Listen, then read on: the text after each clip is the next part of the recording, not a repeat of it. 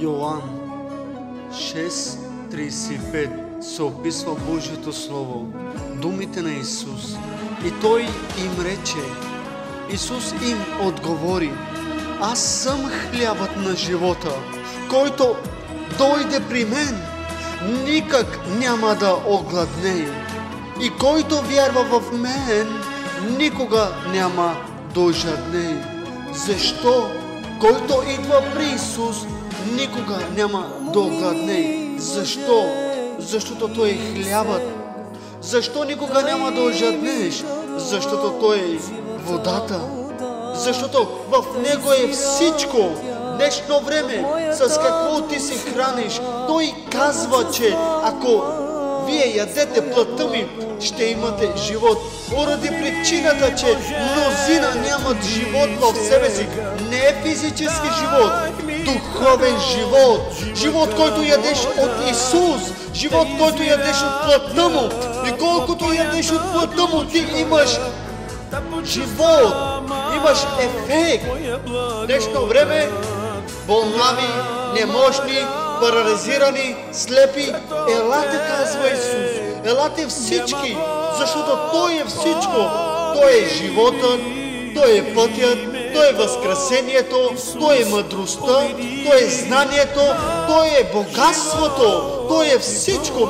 Той дойде на света, за да даде живот на тези, които са в тъмнина, за да даде глад на тези, които искат Негото присъствие. Тази вечер Исус Христос е живата храна за тебе.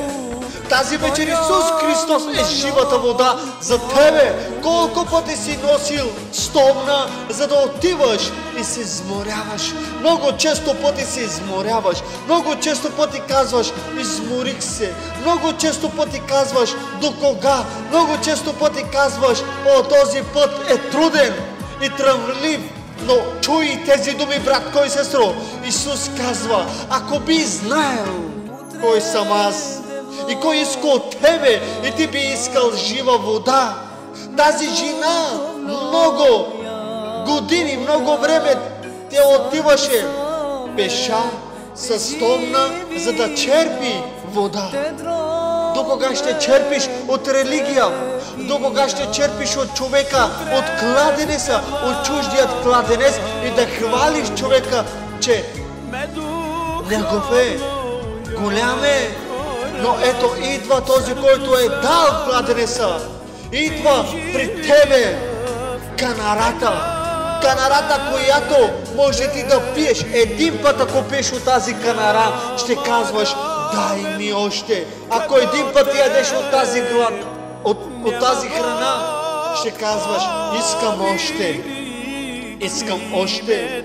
Поради причината хора не искат жива храна, жива вода от Бог, поради причината, че те се хранят от религия, те се хранят от човек, но не се хранят от думите на Исус, не се хранят от Святия Дух. Помните ли какво каза Исус? Че думите, които Той изговори, са дух и живот.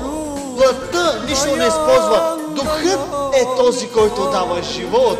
Духът е този, който прилива. Духът е този, който докарва духовен живот в твоя живот. Духът е този, който ти дава жажда за Исус. Духът е този, който дава ти глад. Ако не ядеш от Него, няма да имаш познание кой е Исус. Ако не пиеш от Него, няма да разбереш кой е Той, защото Той е мистерията.